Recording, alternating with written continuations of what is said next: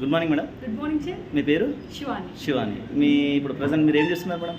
Sir నేను present western business చేస్తున్నాను. Okay, దాంతోపాటు degree student. Degree student. Okay, ఈ సిస్టమ్కి జాయిన్ అయ్యి ఎన్ని సంవత్సరాలు అవుతుంది? Just 6 months. 6 months.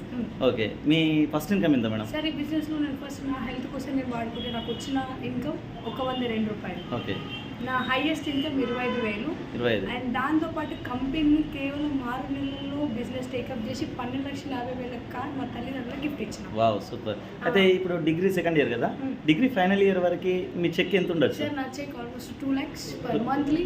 అండ్ దాంతోపాటు క్రౌన్ డైరెక్టర్ ఇల్లు మా తల్లిదండ్రులకు గిఫ్ట్ ఇవ్వాలి.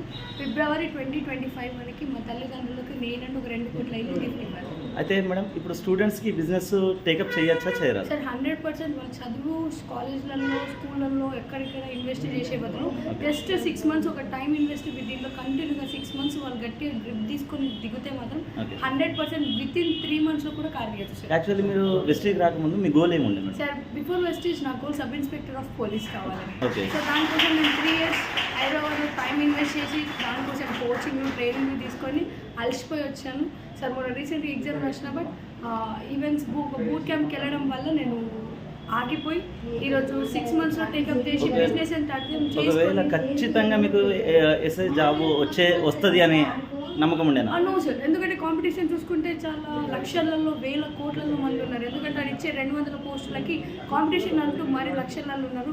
సో ఆ లక్షలలో మనం ఎంత చదువుకున్నా కూడా అది రాదని నాకు అర్థమైపోయింది సార్. ఎస్ఐ జాబ్ వస్తే మీ ఇన్కమ్ 2 లక్షలు రావాలంటే ఎన్ని సంవత్సరాలు పట్టేది? సార్ ఆల్మోస్ట్ రాదు.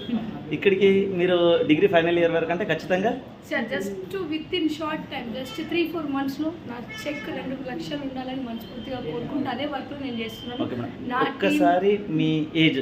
సార్ జస్ట్ నా ఏజ్ వచ్చేసి 21. ఓకే, అందరు స్టూడెంట్స్ చేయొచ్చా? సార్ అందరు స్టూడెంట్స్ చేసి ప్రతి ఒక్క యూత్కి అయితే లగ్జరీ లైఫ్ వాళ్ళ తల్లిదండ్రులకి ఇస్తే చాలు సార్, ఇంకేమీ అవసరం లేదు. Okay, thank you madam, thank you so much.